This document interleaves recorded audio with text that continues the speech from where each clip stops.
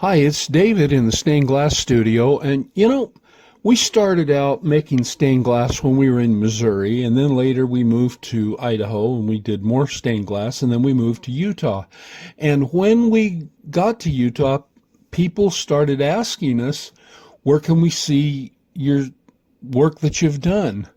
And a lot of times we had to say, well, I'm sorry, but it's in gated communities, and so you can't see it. So here's an example of a piece that we worked on that's north of the uh, Utah Capitol in Salt Lake, and it turned out very well. Many panels that we put in.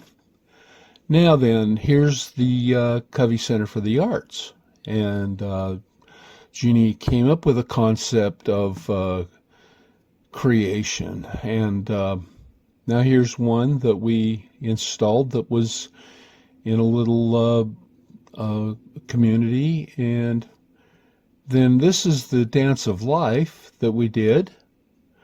Very, very cool, really great, vibrant colors to that glass. And it took us quite a long time to build that great big beautiful piece of glass. And here's Jeannie exulting over the finished piece.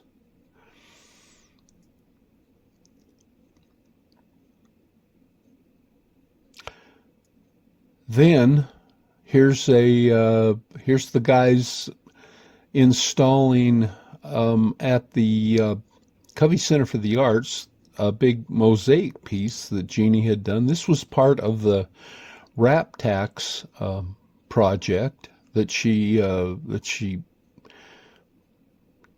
proposed, and they accepted. And then here's one that we installed for a show at the Springville Art Museum, and that was the Roots and Branches show, and it was pretty neat. Here's a big, let's see, this was 5 feet tall and 12 feet long. It's a mosaic. It's in the Smith's grocery store in Springville. And that was a one that was a contest that we entered, and they liked it. And oh boy, when it was done, a lot of people were very impressed with it, and it was a fun project. Here is some cherry blossoms that we did for a home, and we really liked the final product.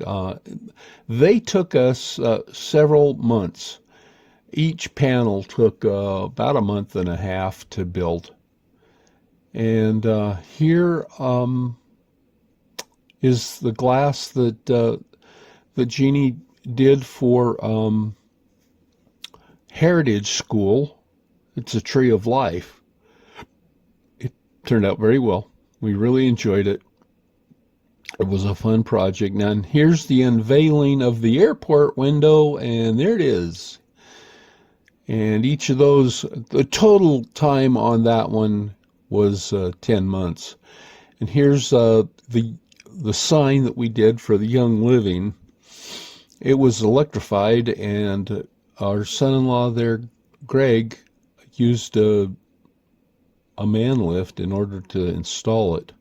So what's the future going to look like for us? Well, we're very happy teaching classes like we've been doing, and then making small windows like we've been doing.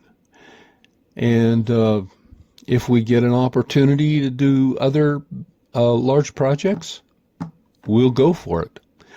Anyhow, thanks for being with us. We just wanted to catch up on how it is for us in the stained glass business.